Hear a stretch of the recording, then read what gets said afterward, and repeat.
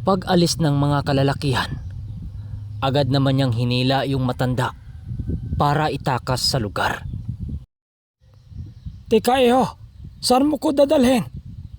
Baka makita ko rito ng mga humahabol sa akin. Pag-alalang wika ng matanda. Huwag kang mag-alala, Manong. Ligtas sa lugar na ito. Malapit na tayo. Tugon naman ni Fidel sa matanda. Hayaan mo na lang ako, iho. Madadamay ka lang sa akin eh. Hindi Basta sumunod ka lang sa akin, Manong. Walang gagalaw sa'yo rito. Dinala nga ni Fidel yung matanda sa kubong tinitirhan niya malapit sa manukan.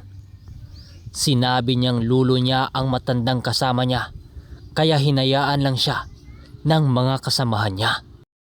Teka iho, may manukan ba rito? Ang daming tumilaok sa paligid. Tanong ng matanda. Ito ang likuran ng manukan. Walang gagalaw sa'yo rito. At dyan ako sa kubo nakatira. Wika ni Fidel sa matanda. Pagdating nila sa bakura ng kubo, agad namang itinuro ni Fidel sa matanda ang dalawang tandang niyang alaga. Manong, yan ho ang mga tandang ko. Alaga ko yan rito. Teka, anong klaseng manok yung hawak mo? Ang pangit naman ang itsura niyan. Gusto mo, bibigyan kita ng magandang manok. Nang sabihin ito ni Fidel sa matanda, tumawa lang naman ito at sumagot ng, Tama ka. Napakapangit ng alaga ko. Pero marami na itong pinatay. Napatitig naman si Fidel sa sinabi ng matanda. Pero bigla na lang itong ngumiti nang magwika siya ng, Ikaw talaga, Manong. Palabiro ka rin pala. Oo nga pala. Sino yung mga taong humahabol sa'yo? Batid kong galit nga yun sa'yo eh. Ano palang nangyari? Wika niya. Ha? Wala yon. Mga tao yon sa sabunga na pinuntahan ko. Napagkamalan lang. Kaya hinabol ako. Teka, saan pwede humihi dito? Naiihi na ako eh. Sagot nito sa kanya. Hinayaan lang naman ito ni Fidel. Habang kumukuha siya ng pagkain, hinimas-himas naman ng matanda yung isa niyang tandang. Oh Manong, kain muna tayo. Mukhang gutom ka na. Pag-aya ni Fidel sa matanda.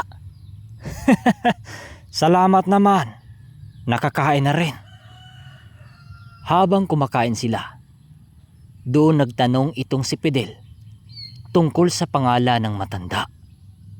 Nagpakilala naman sa kanya ang matanda sa pangalang Jem. Habang kumakain silang dalawa, napansin niyang lumapit sa kanya si Mang Kulas, yung tagawalis ng manukan. Oo nga pala, si Mang Kulas. Siya po ang tagawalis rito. Mang Kulas, kain po tayo. Wika naman ni Fidel. Sige lang, kumain lang kayo dyan. Oo nga pala, sino pala yung kasama mo? Sagot naman ito pabalik. Siya po ang lulo ko. Napadalaw lang eh. At dahil dito, tumango lang naman si Mang Kulas at agad na din itong umalis. Habang tuloy sila sa pagkain, yung matanda naman ang nagtanong sa pangalan niya. Fidel po ang pangalan ko. Nagtatrabaho lang ako rito, kaya libre ako sa lahat. Kaya hindi gaano kalakihan ang sahod ko eh. Tsaka kamag-anak ko yung asawa ni boss. Sasagot pa sana itong matanda nang tawagin siya ni Mang Kulas. Fidel, bilisan mo. Tawag ka ng katiwala. Manong, kumain ka lang dito ha. Huwag kang aalis. Mag-uusap pa tayo. Bili ni Fidel sa matanda. At agad na ngang sumama si Fidel kay Mang Kulas. Pagdating ni Fidel kung saan siya pinapunta ng katiwala, nakita nitong si Fidel na naroon na naman yung mga namimili ng mga manok. Sa pagkakataong ito, marami nang kasama si Don Pablo at nakita niyang nakalabas na naman yung mga imported na manok ng amo niya. Habang nakikinig si Fidel sa usapan ng mga ito, umusok na naman sa sama ng loob itong si Fidel. Dahil yung dalawa niyang tandang, yun na naman ang ipinambatak ng katiwala ng galit kay Fidel. Parang sinasadya talaga ng taong yon. Maya-maya pa ay pinaglaban na nga ang nasabing bibili ng parokyano ng amo niya. At isa sa mga alaga ni Fidel ang ginawang pansimbag ng mga ito. Kaya naman bugbog sarado na naman yung mga alaga niyang tandang. Nang makita ng mamimili ang kilos ng mga tandang, agad itong nagpresentang babayaran nila lahat ang mga manok na yon. Matapos gamitin ang mga alaga niya ng katiwala ng amo niya, agad naman itong ibinigay kay Fidel na halos mamamatay na. Bilang batang si Fidel, masakit yon para sa kanya. Alam kong mga sabungero lang ang makakarelate sa kwentong ito pero kasama ito sa kwento. Paglabas niya ay dala-dala nga niya ang dalawang tandang niya na halos mamamatay na. Pagdating niya sa kubo, nadatnan niyang nag-usap si Mang Kulas at nung matanda. Oh, Fidel, anong nangyari dyan sa mga tandang mo? Mukhang galing yata yan sa laban, ano? Tugon ng matanda. Pero hindi umimik si Fidel at bakas sa pagmumukha nito ang lungkot at umakyat na lang sa kubo. Nang marinig niyang magsalita si Mang Kulas ng pinaginitan naman niyo ng katiwala rito. Sa tuwing may bibiling parokyano dito ng mga panlaban, ang mga tandang niya ang ipinaninsayo. Kaya yon, bugbog sarado na naman. Balak pa sana niyang ilalaban sa susunod na linggo eh. Pelyo kasi yung mga tao na yan. Maging ako pinag-iinitan. Tugon naman ni Mang Kulas. Makalipas ang mga minuto, umalis na nga si Mang Kulas.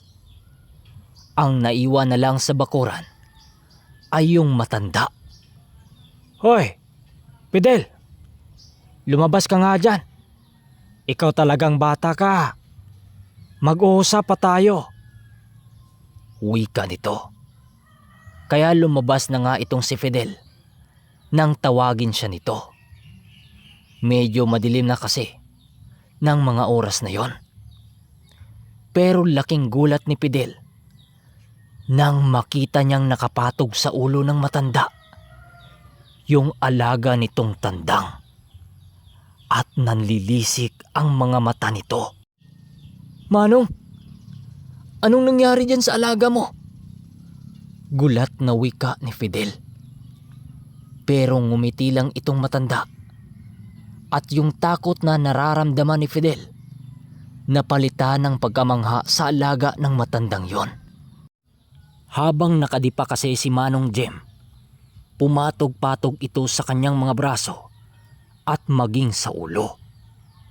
Nang utusan ito ng matandang sumayaw, sumayaw din yung itim na manok. At nang mga oras na yon, aliw na aliw si Fidel sa pinakita ng matanda. At doon natanong ni Fidel si Nong Jem kung anong klaseng manok ba ang hawak nito. Kasi kung ano ang ipapagawa nito, gagawin din yun ng manok. At doon isinalaysay ng matanda kung anong nilalang ba ang kasakasama nito. Iho, yan ang tinatawag na kaukaw. Alaga yan ng mga engkanto. Kung gaano naman ito kabait, ganon din ito kabagsik sa kapwa niya manok.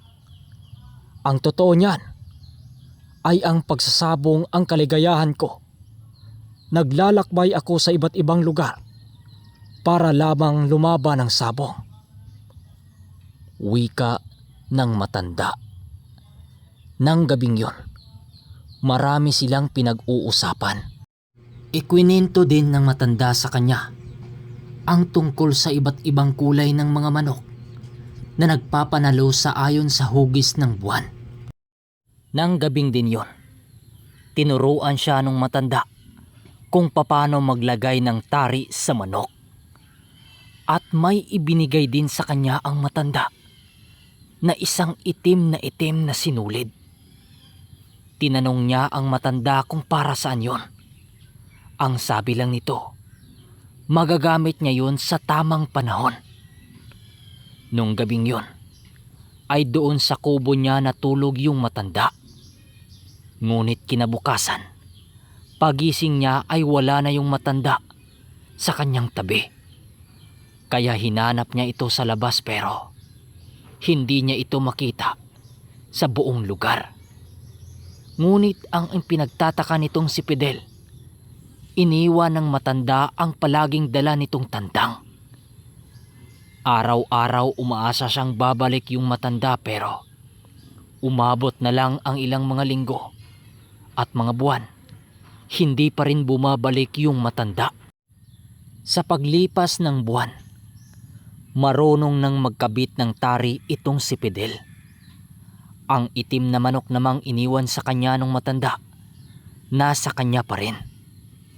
Inalagaan niya ito ng husto upang kung sakaling babalik yung matanda, nasa tamang kondisyon pa rin ito.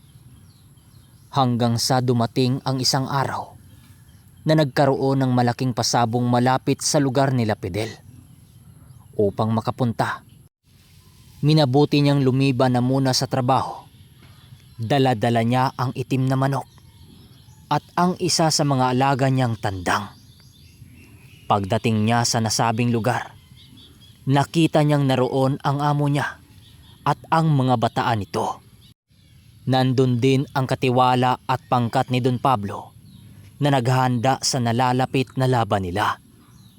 Paglapit niya sa mga ito, nagwika sa kanya ang katiwala ng amo niya ng, "Fidel, mahiram nga yung itim na manok mo. Patatapangin lang namin itong panlaban ni Don Pablo." "Mabigat na labanan to." "Hindi pwede, Ilyong. Hindi sa akin yan," sagot ni Fidel. Pero pinilit pa rin siya ni Mang Ilyong sa gustong mangyari nito. Kaya wala na ngang nagawa si Fidel kundi ibigay ito.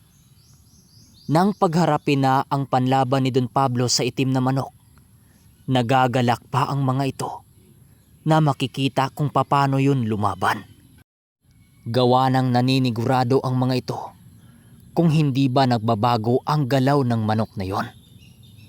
Habang nakatayo ang itim na manok, diretsahan itong pinagpapalo ng tandang nitong si Don Pablo.